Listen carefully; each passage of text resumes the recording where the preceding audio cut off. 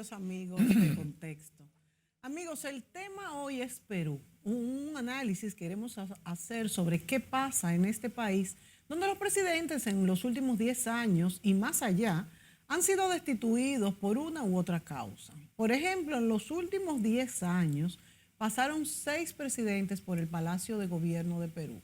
Podemos decir a Ollanta Humala, del 2011 al 2016, salió bajo denuncias de corrupción, entre ellas 3 millones de dólares de Odebrecht para financiar campañas electorales y otros delitos vinculados con la concesión del gasoducto sur peruano a un consorcio liderado por Odebrecht en el 2014. Pedro Kuczynski, 2016-2018, investigado por presunto lavado de dinero en Odebrecht, salió expulsado de su residencia rumbo a la Central de Policía de Perú. Luego de esto lo operaron de corazón por su edad y por esto gozó de prisión domiciliaria. Martín Vizcarra, 2018-2020, vicepresidente de Kuczynski, disolvió el parlamento controlado por la oposición fujimorista y anunció elecciones legislativas anticipadas.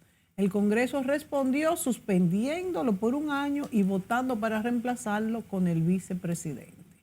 El vice renuncia. En noviembre el Parlamento destituye a Vizcarra por incapacidad moral en medio de acusaciones de supuestos sobornos recibidos como gobernador en el 2014. Luego Manuel Merino, titular del Legislativo, se convierte en el presidente interino, pero renuncia a los 5 días. Esto presionado por las movilizaciones en las calles y la clase política. El ingeniero Francisco Sagasti, presidente electo del Parlamento, asumió la presidencia, interina por supuesto, a la espera de nuevos comicios. Y ahora Pedro Castillo, electo en el 2021, disuelve el Congreso el 7 de diciembre, a pocas horas de que éste se reuniera para debatir una moción para destituirlo. Castillo anunció el establecimiento de un gobierno de excepción. Tras la renuncia de numerosos ministros, porque fueron muchos, casi todos le renunciaron, solo uno quedó, fue destituido y fue detenido. Lo reemplaza Dina Boluarte, la vicepresidenta, quien antes del arresto había ya mostrado desacuerdo en una posición vía Twitter. Toda esta historia sin hablar de las destituciones y acusaciones de Alberto Fujimori, de Alejandro Toledo, de Alan García, que fueron anteriores.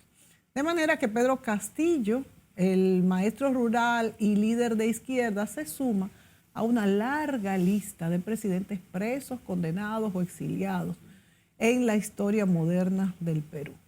Recordemos que Castillo fue candidato por una coalición de izquierda y ganó las presidenciales frente a Keiko Fujimori en el 2021, como ya dije. Bueno, pero para analizar este tema hemos invitado a Inocencio García, politólogo muy conocedor de todas estas intríngulis de la región. Entonces, ya, Inocencio, bienvenido. Gracias. Como he contado brevemente, los gobiernos de Perú son señalados constantemente por corrupción. Entonces, hay irregularidades, hay abusos, hay mucha polarización dentro de una sociedad y los partidos políticos generalmente han estado el Congreso en manos de la oposición. En estos días, parte del pueblo, principalmente el pueblo llano, el indigenista, el de las sierras, se ha tirado a la calle a defender a Pedro Castillo. Pero ¿qué pasa? Que por otro lado, también hay otra gran parte que lo rechaza tajantemente. Entonces, la vicepresidenta no puede convocar elecciones porque creo que no está dentro del marco jurídico, sino que ella lo que puede es renunciar para que tome el poder el presidente del Senado, y este sí podría convocar a elecciones.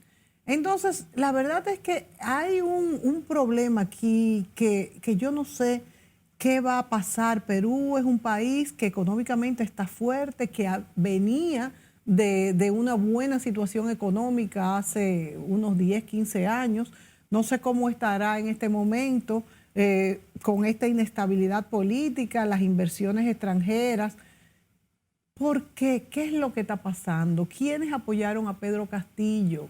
¿Qué esperaban de él? ¿Y por qué se destituye? Inocencia. Bueno, quizás, gracias Mónica por la invitación. Mira Mónica, quizás hay que partir de como enmarcando, ¿no? Para poder entender esta que ya es parte de una sucesión de crisis, ¿no? Y yo le pongo mucha atención porque me dediqué a ver el texto constitucional, ¿no? Cuando uno va y lee con detenimiento el texto constitucional, tú te das cuenta que es un régimen semiparlamentario y semipresidencial, al estilo de Haití, lógicamente con sus diferencias, pero en esa arquitectura constitucional el Congreso tiene demasiado poder. Entonces, inclusive hay artículos en la Constitución que hablan de la relación entre el Poder Ejecutivo y el Congreso. Y así como el presidente puede disolver el Congreso porque hayan 2 negaciones al Consejo de Ministros cuando presenta la propuesta de plan de gobierno y además que presenta a los ministros que van a ir a formar parte del gobierno que encabeza cualquiera de los presidentes. Si hay 2 negaciones, el presidente tiene derecho a disolver el Congreso y llamar a elecciones. Para ir analizándolo parte por parte, ¿tú encuentras que esto tiene sentido? Cuando se supone que debe de haber un equilibrio que obviamente no se da en ninguno de los casos, porque también el Congreso tiene la potestad también de cesar. De vacar, como se dice, la vacancia, al presidente. Que es una disposición constitucional, ¿no? Entonces, bueno, cuando se llega a vacar, como está el verbo, inclusive existe como verbo en la Constitución. El Congreso tiene esa capacidad de destituir al presidente por una figura que yo creo que es demasiado laxa, muy elástica, que es el concepto de incapacidad moral. Habría que definir esto. Donde cabe todo, por ejemplo, y si tú tienes un sistema de partido, si tienes una cultura política, primero si tienes un sistema de partido que ya se ha desfondado, como es el sistema de partidos tradicionales, que en el caso del Perú, a pesar de que pasó en toda América Latina, ¿no? Después de la caída del socialismo real, hubo todo un proceso de desideologización de los partidos. ¿De qué? Ideologización de los partidos. O sea, cero ideología. Cero ideología, entonces, bueno, o por lo menos una baja muy fuerte mucho, sí. de los enfoques que se usen y que se usen solamente nominalmente. Exacto, sí, solo como etiquetas, sí. ¿No? Entonces, ese proceso de deterioro de los sistemas de partidos de América Latina resulta que en Perú fue mucho más veloz. Yo traje del Perú un texto que no recuerdo ahora mismo el autor, pero lo tengo en mi biblioteca, que se llama El regreso de los otorongos. Y ese regreso de los otorongos, lo que hace referencia en ese texto es a el desfondamiento del sistema de partido tradicional y el regreso de outsider a la política. Otorongos es el término que utilizan para... Otorongos son... de afuera. Los otorongos son los tigres de Bengala que pastan en las selvas africanas, ¿no? Sí. Que tienen una fuerte mordida, ¿no? Entonces, ¿cuál es la figura? O el simbolismo es que vienen individuos que se convierten en partidos cárteles y que solamente van al Estado a aprovecharse, ¿no? Sí. Y que a la vez son muy fuertes. Se convierten en fuertes con su discurso populista, aprovechándose de una realidad que fue reinante. Lo que pasó con Fujimori, ¿no? ¿Cuál es la diferencia entre aquel golpe de Estado de Fujimori, de la disolución del Congreso y de Pedro Castillo? Bueno, que Fujimori tenía control de las Fuerzas Armadas, ¿no? Pero además tenía control del mismo Congreso, porque a través de Vladimiro Montesinos, exacto, el famoso hombre del maletín, compró voluntades, y entonces pudo hacer la disolver el Congreso, lo que no pudo este presidente, porque este presidente, Pedro Castillo, no tenía arraigo aparte de que no tenía lo que pudiésemos llamar experiencia política, ¿no? Entonces, los análisis que hacen los especialistas peruanos del caso de Castillo es que primero no tenía un proyecto de nación claro, no tenía la experiencia política y tampoco no tenía la fuerza de legitimidad en la población precisamente para esa. Pero además no contaba con el apoyo de la Fuerza Armada. Ni tenía la preparación necesaria. No, es que no su tenía. misma actuación Sus lo dejó mismas ver. actuaciones indicaban de que era una persona que no tenía, inclusive al leer el texto donde él anuncia no solamente la disolución del Congreso, sino el estado de sección, ¿no? Que es parte del dispositivo constitucional de la Constitución de 1993, él estaba temblando precisamente porque es una persona sin experiencia política, pero además, para que veamos que no tenía ningún tipo de apoyo, por lo menos institucional, resulta que los policías que supuestamente lo llevaban al asilarse a la Embajada de México fue el que lo dirigieron a la Fiscalía. Wow. O sea que ni eso, ni con ese apoyo contaba. Ni los mismos policías que lo estaban custodiando a él, precisamente eran fieles a él como jefe de Estado. A mí yo creo que lo veían muy débil y no querían Claro. Entonces Perú tiene, para que la gente pueda entender el porqué de estas 3 décadas ya, porque son 3 décadas de inestabilidad. Sí. Ya tú hiciste una introducción precisamente muy detallada de quiénes han sido los jefes de Estado, cuál ha sido su inestabilidad. Son, Mónica, 6 presidentes en 6 años que entra uno y sale otro, y la mayoría entonces con problemas con la justicia. Pero ¿dónde está, a mi modo de ver, ¿no? Lo que yo he podido estudiar? A mi modo de ver, el problema está, lo insistí ayer en una conversación que tuve con el experto internacionalista, profesor de política exterior de la Universidad de San Marcos y ex canciller de Pedro Castillo, el doctor José Miguel Ángel. O sea, al principio él fue el que renunció. Él solamente duró 40 días. Sí, él fue uno de los que precisamente renunció. Porque tuvo contradicción con decisiones que tomó el expresidente Pedro Castillo. Sí. Es el doctor José Miguel Rodríguez Macay, que es un académico, abogado, ex decano de universidades de allá. ¿Él era parte de la coalición? No, él era un académico que después de la renuncia de los primeros cancilleres, entonces fue llamado, pero solamente duró 40 días. Sí. Y él efectivamente señala que el hecho de que en Perú no hayan ya partidos de carácter nacional, ¿no? Esa es una de las... Coincidimos en eso, pues yo le decía, me parece que el hecho de que no hayan partidos, un sistema de partido tradicional fuerte en Perú, esto es ya una visión que yo tengo de por qué de los problemas estructurales, y es que una arquitectura constitucional como esa, semiparlamentaria y semipresidencial, necesitaría, además de una cultura política elevada, necesita entonces un sistema de partido que funcione y no partidos cárteles, que son los que están yendo lamentablemente ahora al Congreso, que está pasando también en otros países, de la región, y no solamente en la región, también está apareciendo en Europa. ¿Por ejemplo? Sí, bueno, ciudadanos.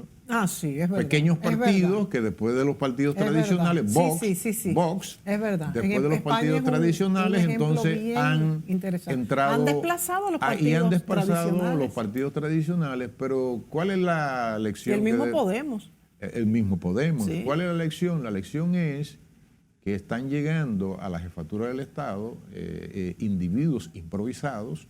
Yo siempre he dicho que los empresarios a sus empresas, los artistas que hagan sus fiestas y los políticos que vayan al Estado. Y cada día los hechos están demostrando que realmente la actividad política tiene que ser una actividad profesional, ¿no? No puede ser actividad de improvisados, de que de un momento a otro vengan y se interesen por participar en la vida pública de cualquier país. Entonces yo diría que otro de los problemas que habría que hurgar, Mónica, es el problema de clase en el Perú. Sí. ¿No? Es decir, Perú viene de una tradición virreinal, ¿no? Sus orígenes. De una tradición de una clase de abolengo, ¿no? Y entonces ahí hay, en ese país hay en nuestro modo de ver, hay una fractura social también muy fuerte.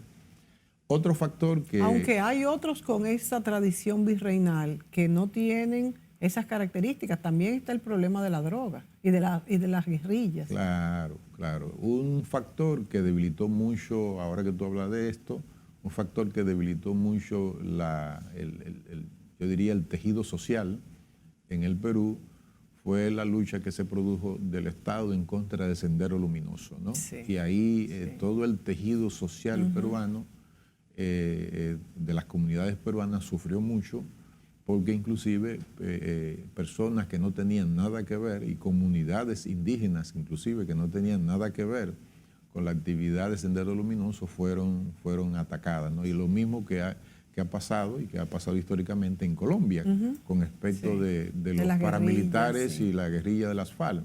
Es decir, que gente que no está involucrada en ningún lado ni en el otro, entonces sufre las consecuencias, entonces el tejido social se deteriora. Entonces, lógicamente que eso forma parte también del deterioro de un sistema social, ¿no?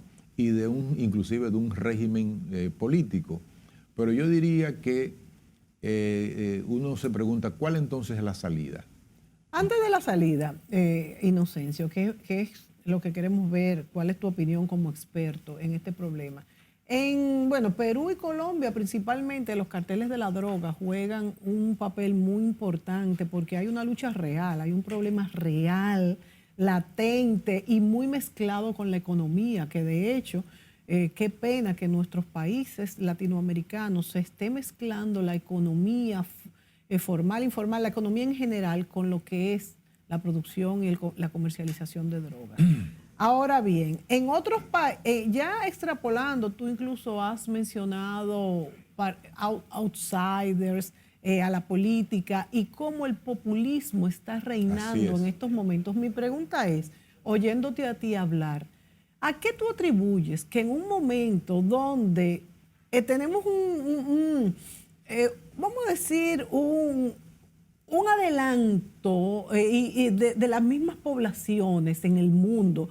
España, por ejemplo, que no es el caso de Latinoamérica, que cualquier taxista te hace un análisis detallado de su historia y de muchísimos otros. En Argentina también hay un alto nivel de... Y pongo el taxista porque es como la media. El taxista, donde tú vas a un país y te montas en un taxi y ese te hace un análisis de cualquier cosa, tú dices, bueno, hay un nivel... Hay un nivel cultural y educativo alto. Y hay instrucción. Entonces, ¿cómo en esta época está reinando más que nunca el populismo? El populismo de izquierda, de derecha, de cualquier...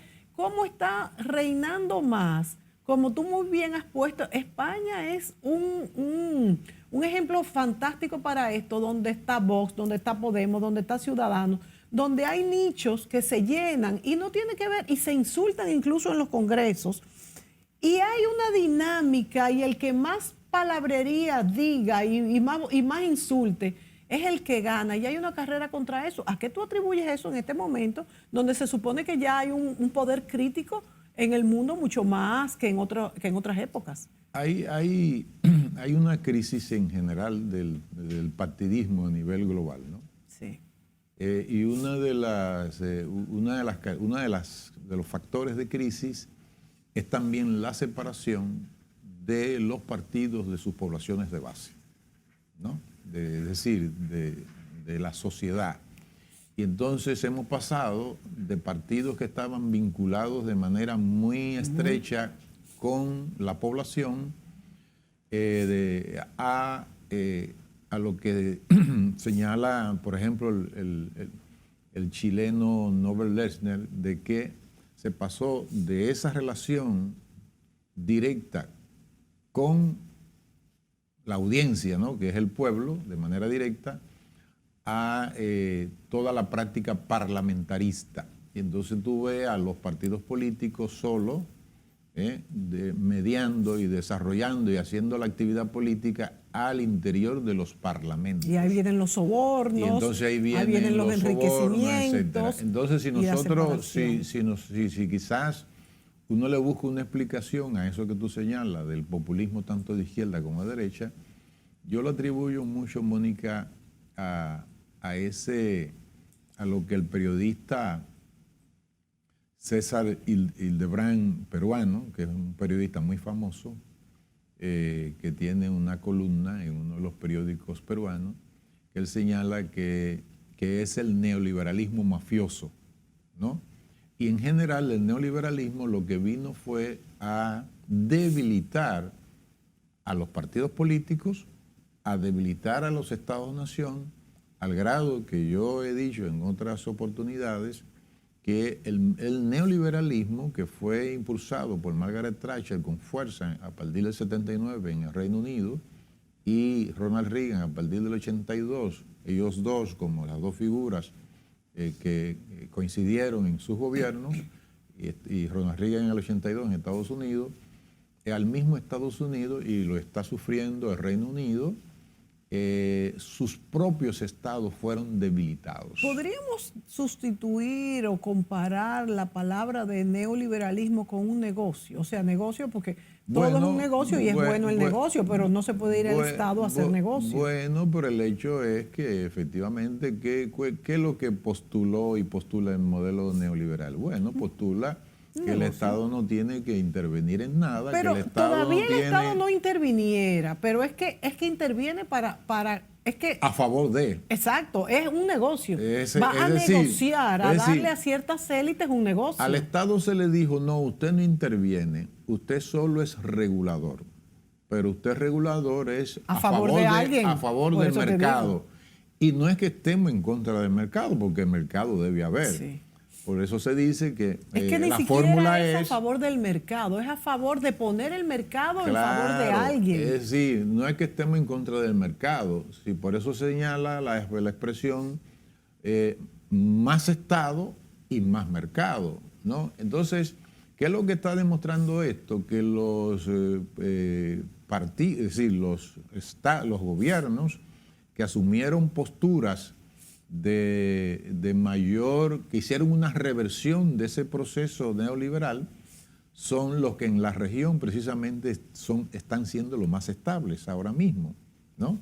Tú tienes el caso de Bolivia, sí. El país que si tiene alguna tasa de inflación será de 0 punto y algo, pero es el país que en todo este problema de inflación a nivel de Europa y a nivel de América Latina y a nivel de Estados Unidos, resulta que Bolivia estaba en tasa, en el menor inflación en la región, precisamente porque ha puesto el Estado al servicio de sus ciudadanos, de su población.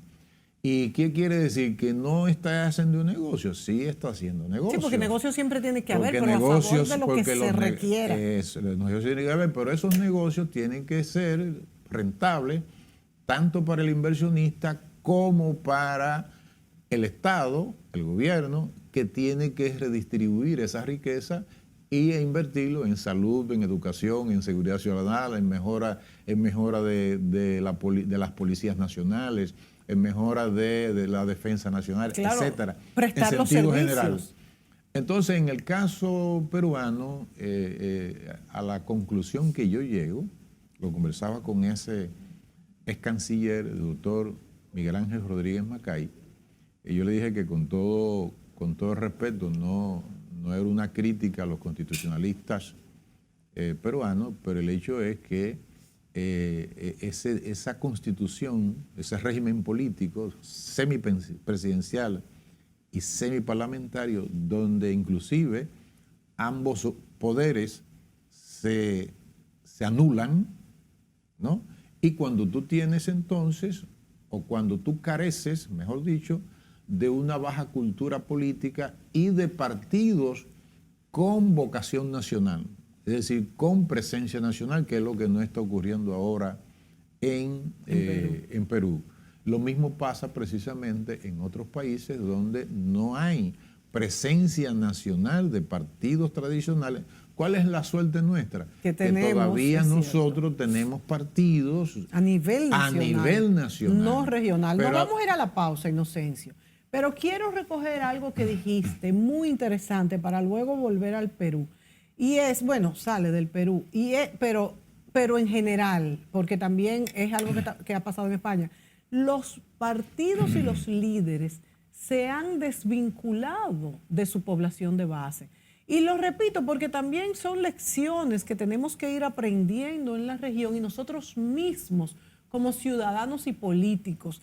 Y la verdad es que pensando esto que dices, claro, lo vemos y lo sabemos, pero decirlo, analizarlo, desvincularse de sus poblaciones de bases para ofrecer cuestiones que gustan y que porque no es vincularnos a nuestra población de base diciendo que le vamos a dar un subsidio de tanto durante haya pobres, porque entonces nunca se va a acabar la pobreza. Los subsidios tienen que tener un principio y un fin y un proceso a seguir.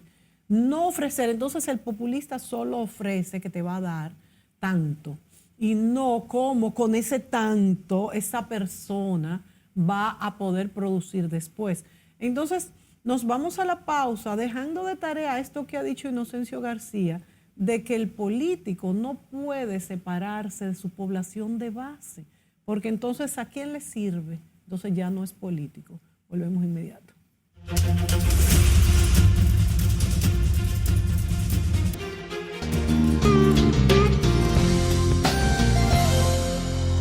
Buenas noches, bienvenidos a su segmento Educando la Mirada.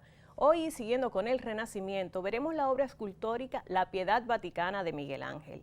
Visita obligada para los que van a Roma y más específicamente a la Basílica de San Pedro. Gamal, ¿qué tiene de especial esta escultura? Bueno, lo primero es que hay muchas piedades que hizo Miguel Ángel. Esta es la de su juventud. Él hizo la piedad de Rondanini, la piedad florentina. La de Rondanini está en Milán y esta es la Pietà Vaticana o Piedad. Desde que tú entras a la Basílica de San Pedro en el ala derecha, te encuentras con ella y es sublime, es una cosa sobrecogedora. Sin embargo, te diré que es un gran teatro, un drama. Si tú lo observas con cuidado, ya Cristo está muerto con 33 años y María es más joven que él. María parece de 20 en el rostro, porque es una piedad idealizada, es platónica. María carga a Cristo como si Cristo no pesara. Tú no ves en el rostro de María, él parece que levita, que está flotando con éter. Tú no ves en el rostro de María el dolor de una madre que acaba de perder un hijo. Fíjate que en la escena bíblica estaba tan desgarrada esta señora, la Virgen María, que Cristo le pide a Juan que la reciba en su casa, porque no soportaba a María el dolor. Sin embargo, tú la ves tranquila en la piedad. Y otra cosa importante que es característica del Renacimiento es la triangulación. La composición es un triángulo que por eso se ve armónico. Eso sin hablar de la pericia técnica de Miguel Ángel, que trabajaba el mármol como si fuera piel humana. Tú ves hasta los ropajes, los pliegues, etc. Entonces la piedad es una obra sobrecogedora, teatral, pero no por eso no deja de impactarnos. O sea, es un impacto profundo lo que causa contemplar la piedad cuando entras a la Basílica de San Pedro. Leí que un fanático golpeó esa imagen a martillazos. ¿Es eso cierto? Sí, un desquiciado, un australiano, Laszlo Toth, llegó premeditadamente porque fue con un martillo en la mano y gritó que él era Jesucristo y le entró a martillazo a la piedad. Sin embargo, quiero destacar que la restauración de la piedad, que estuvo muy dañada, fue otra obra maestra reciente. Yo creo que eso pasó en los años 70, 80, por ahí. Porque utilizaron casi el 90% de piezas originales para que la obra no pierda su integridad. Sin embargo, este loco le entró a martillazo. Hoy en día, cuando tú vas allá, te vas a encontrar que está protegida con un vidrio que creo que es antibalas, para que no aparezca otro fenómeno a hacer de las suyas. ¿Cuándo es que el Vaticano adquiere la obra? La obra la compró un cardenal, o le encargó un cardenal originalmente a Miguel Ángel, le pagó muy bien, 400 ducados de oro, pero el Vaticano en el siglo XVIII la compra también. Y la tiene ahí, es una de las piezas clave, igual que el baldaquino de San Pedro, de Gian Lorenzo Bernini. La piedad es un paradigma. Las otras piedades de Miguel Ángel ya son manieristas, inclusive quedan inconclusas. El manierismo, o a la maniera de, es un preámbulo a lo que sería el barroco de Bernini, Borromini y Guarino Guarini. Bueno, amigos, la verdad es que no es para menos que esté protegida esa obra. Señores, nos despedimos. Estuvieron con ustedes en su segmento Educando la Mirada, Gamal Michelén y Patricia Gutiérrez Fiallo.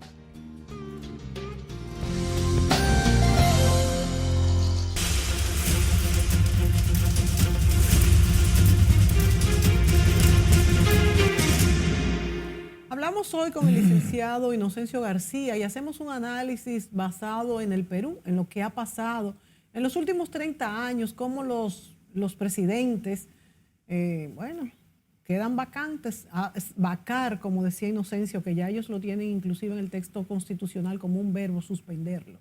Con el caso ahora actualmente de Pedro Castillo. Pero analizando la situación, le pregunto a Inocencio algo de lo que habíamos hablado. Inocencio, la democracia se basa en el equilibrio de los poderes. Así es. El poder presidencial, el poder legislativo y el Congreso. Sin embargo, en el caso del Perú hemos visto que este exceso de controles entre el Congreso y el poder presidencial, bueno, que tú decías que es semiparlamentario, no ha sido bueno. No ha sido bueno y hemos visto en el caso, por ejemplo, hemos mencionado en el caso de Fujimori con Montesinos, cómo se compraban los congresistas. De hecho, circularon muchas grabaciones. Yo creo que todos Sí. nos llegó un poco de cómo se pagaban. Esto puede haber pasado en otros lugares también. De manera que son difíciles los controles, pero contradicción entre este equilibrio de la democracia y controles cuando está en partidos opuestos, y cuál es el caso de Perú, que lo comenzabas a decir, y lo que podría pasar, posibles soluciones. Por ejemplo, Mónica, mira, a uno le llama la atención cuando hablamos de la arquitectura constitucional, de cómo está diseñado, ¿no?, ese régimen. Bueno, pues el texto constitucional habla de separación de poderes, pero entonces cuando tú vas a la relación, ¿no?, al peso que tiene el Congreso, las facultades, las atribuciones del Congreso, relacionadas con la del Poder Ejecutivo y la del Poder Ejecutivo, que uno se pregunta lo siguiente: ¿puede tener un presidente facultades de disolver un Congreso que ha sido electo Exacto. popularmente? No, y con dos negaciones de un plan de gobierno. Claro, porque no veo que eso sea la causa. pregunta es, ¿no sería eso inconstitucional de suyo? En el sentido de que si tú tienes a representantes elegidos por el pueblo, se supondría que el jefe del Estado, el Ejecutivo, no debería tener la capacidad de disolver un poder del Estado, Claro. ¿no? Claro. Y llamar a elección, ¿no? Eso por un lado. Pero el otro lado, que también el Congreso tenga la capacidad de destituir por un concepto tan elástico como lo dijo el doctor Rodríguez Macay, repito, con el cual conversé ayer, el concepto de incapacidad moral, donde cabe cualquier cosa, ¿no? Y más cuando tú tienes a un Congreso en el cual tú no tienes mayoría, ¿no? O que hay no solamente que tú no tengas mayoría, sino que en el caso de Pedro Castillo, no lo digo yo, lo señalan algunos de los análisis, también hay un problema de clasismo y de racismo, ¿no?, que también subjetivamente influye en esas decisiones, porque hay que decir la verdad, a ese señor antes de asumir, ya había un proceso de que no se le quería dejar que gobernara, ¿no? Y hay otro factor que no debemos dejar de mencionar, y es el control, yo no diría casi ni siquiera oligopolio de medios, sino monopolio de medios. Es decir, el periódico El Comercio tiene, es un hoarding de medios que tiene un poder de condicionamiento de la opinión pública, ¿no? Y entonces debemos saber a servicio de qué están precisamente los monopolios comunicacionales, mediáticos, ¿no? Pero el hecho es que a mi modo de ver, una salida es que la élite peruana pueda ponerse de acuerdo, lógicamente con todo el respeto, ¿no?, a los peruanos, pero quizás deberían, bueno, entre las protestas que hay, porque el país está totalmente ya desestabilizado, hay inclusive el aeropuerto de Arequipa ya solamente se puede volar de días, porque han sido destruidas las capacidades de visión nocturna. Oye, del aeropuerto. Es terrible. Sí, y en Lima ya hay muchísimas saqueos en Ahora, Latinoamérica está en ese con los saqueos y destrucciones a los bienes públicos. Bueno, porque es que también hay que entender, no se justifica, pero hay que entender que las poblaciones están cansadas de tanta desigualdad, porque cuando uno, por ejemplo, ve cifras del Banco Mundial, que Perú tiene, Mónica, un PIB de 223 miles de millones de dólares y sin embargo tiene un PIB per cápita de 6.990 más o menos. Si tú ves el PIB y ves el PIB per cápita, te vas a dar cuenta que hay una tremenda desigualdad. Hay una tremenda desigualdad en ese país, y eso lógicamente que forma también parte de la instabilidad social y forma parte de la inestabilidad política, y es lo que no es el único factor, pero es lo que puede estar explicando estas manifestaciones, estos saqueos. Estoy totalmente de acuerdo contigo, pero eso no justifica. No, claro, nunca lo justifica. Porque va a ser menos, van a ser más pobres. Nunca, claro, pero lo que pasa es que ahí está funcionando, Mónica, la psicología de masas, ¿no? Exacto, que volvemos a lo peligroso que ocurrió en Chile, ¿no? Un país con mayor nivel institucional. Y también la oposición pone su granito, ¿eh? La oposición lidera estas cosas y quiere pescar en río revuelto, y entonces volvemos a lo mismo de que esto se va contagiando, y el que viene generalmente hace lo mismo. Entonces también se aleja de su población de base o de la otra cuando es una población muy polarizada, porque en países tan polarizados el problema es que hay que atender a todas las poblaciones, no a una sola. Entonces uno le da pena en el caso de la región nuestra y particularmente del Perú, porque Perú, Mónica, tiene en el ranking en América Latina, tiene 8 productos minerales estratégicos. ¿Cuáles son?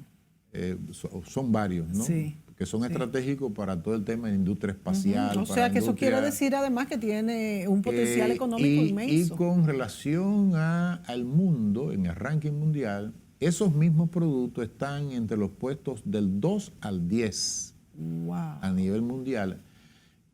El doctor Rodríguez Macay me confesó ayer que el problema no es económico, sino que el problema es político, porque dice que en este momento Perú tiene reservas internacionales de 74.000 millones de dólares.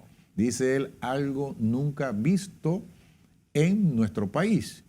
Entonces lo que nos está diciendo esto es que hay que buscar fórmulas de cómo, en el caso del Perú, puede haber una reforma constitucional. Ya se está pidiendo la reforma constitucional de varias regiones que están ya pidiendo. La región, por ejemplo, donde está Apurímac, que fue la que primero empezó con las manifestaciones. Y sí, hay regiones de gobernación que están levantadas solicitando que la vicepresidenta que asumió como presidenta, Dina Boluarte, le ponga atención a lo que está ocurriendo en el país, porque ahora quizás, Mónica, hay una situación nueva, y es que por los destrozos que están habiendo, que están ocurriendo, y por las manifestaciones que cada día se incrementan. Al parecer esta situación no se va a parecer a las anteriores, ¿no? Es decir, que no es un tema solo de Pedro Castillo como expresidente de la República, sino que quizás ahí ya hay hasta cierto punto un hartazgo, ¿no? Y por eso el mismo César Hildebrand, el periodista destacado del Perú, aparte de que habla de neoliberalismo mafioso, habla con respecto a la corriente política que dirige Keiko Fujimori, de que le llama también el civilismo mafioso, ¿no? Entonces, si no hay una, yo diría, una profilaxis política, si no hay además, Mónica, una que se siente en las élites, está funcionando esta arquitectura constitucional que nosotros nos hemos dado. Pero ¿quién haría esa modificación constitucional? Bueno, ahí es que está. Y también si la vicepresidenta podrá quedarse de presidenta porque ella no puede convocar a nuevas elecciones. ¿Cómo sería entonces, cuáles son las este mismo ex canciller, las personas con que tú has hablado y tu propia opinión de cómo será este proceso? Porque lo veo muy difícil también con ahora estas destrucciones en las calles. Bueno, él estaba muy preocupado, mostró mucha preocupación, es un constitucionalista y él admite que la situación en el Perú se puede salir de las manos, ¿no?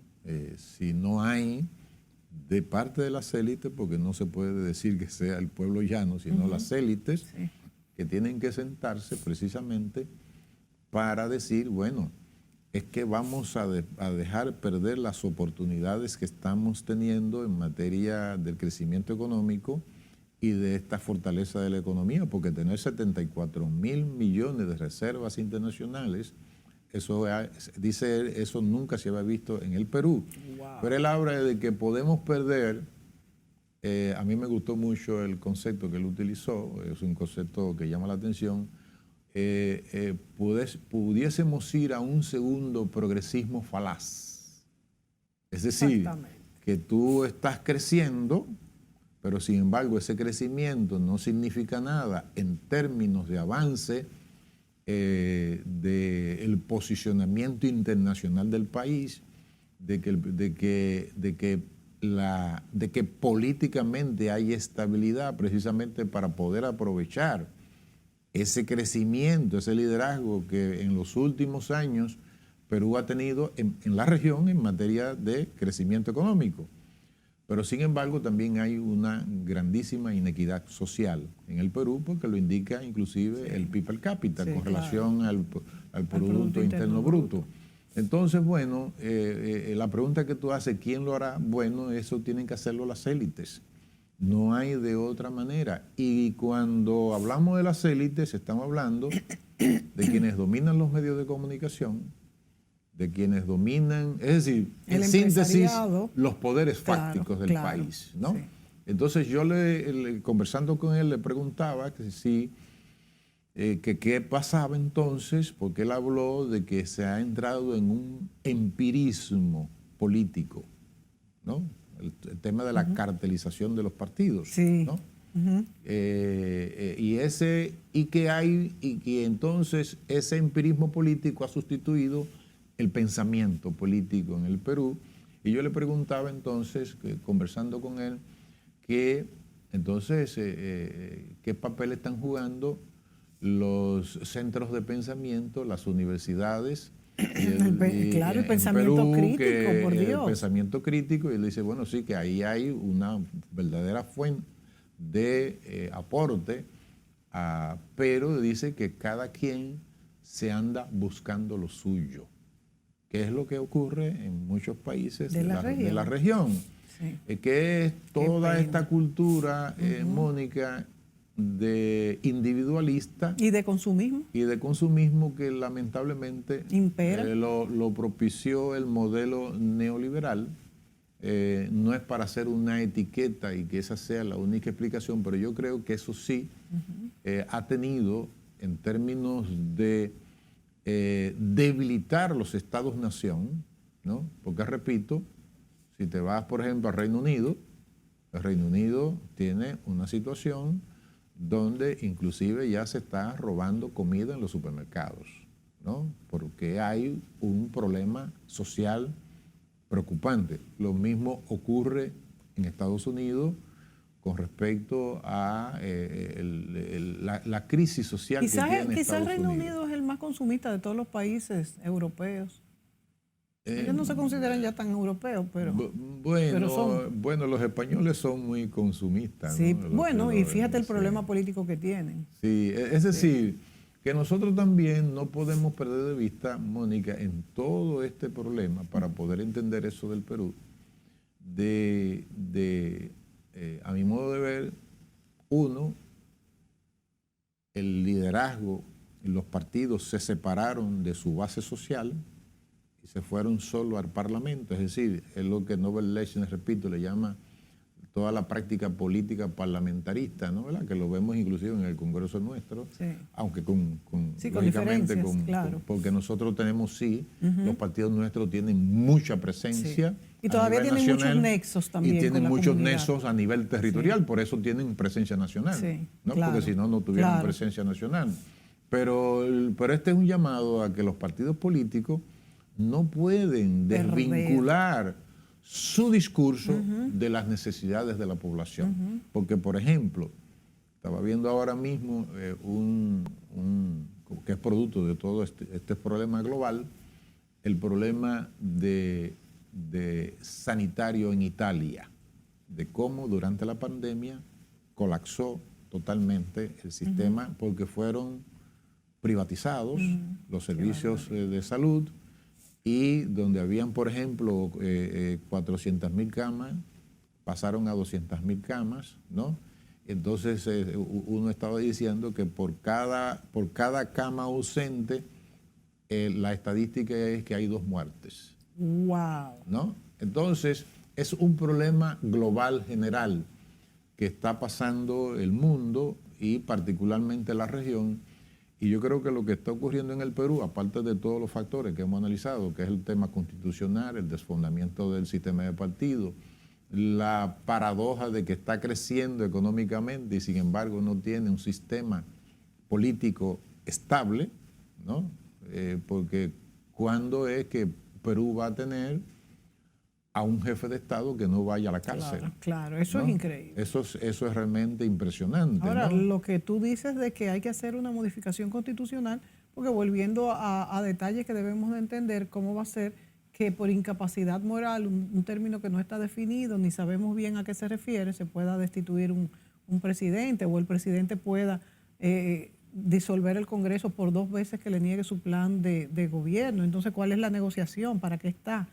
Entonces, de tanto querer hacer este equilibrio, también se pasa la mano. Eso, exactamente. Y vienen estos problemas. Y la oposición o hay que comprarla o te quitan.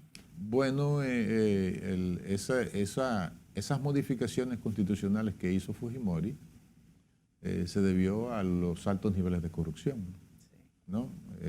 A la cooptación de las Fuerzas Armadas y de la Policía Nacional, a la... que salieron en vídeos, ¿no? Vladimir Montesinos comprando legisladores, ¿no? Pero resulta que ahí están los resultados, ¿no?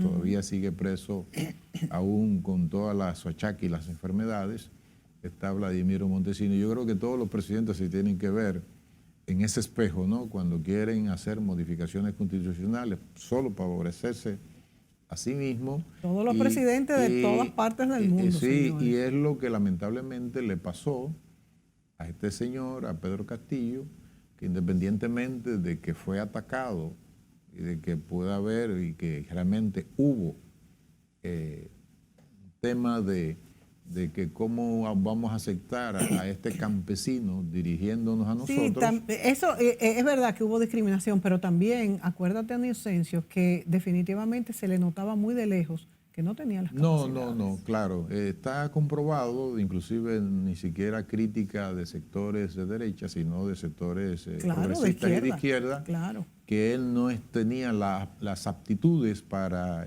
ser jefe de Estado, y lo demostró Sí. en el ejercicio, en los 400 y tantos de días que tuvo en el ejercicio de la primera magistratura del Estado. Nada Es más que decir, ver que todos los funcionarios le renunciaron. y además todos los funcionarios, pero además lo llevaron, porque lo que se dice es que lo llevaron precisamente a hacer un pronunciamiento del cual él no tenía toda la conciencia de cuáles iban a ser las consecuencias de esa decisión que él estaba adoptando, ¿no? Al grado de que no estaba tan seguro, que le estaban temblando las manos cuando él estaba leyendo, cuando estaba el 7 de diciembre leyendo la declaración de estado de excepción y de disolución del Congreso. En definitiva, Mónica, si queremos arribar a unas conclusiones, yo diría, primero, no hay una de las causas estructurales, como yo se lo decía ayer a ese ex canciller,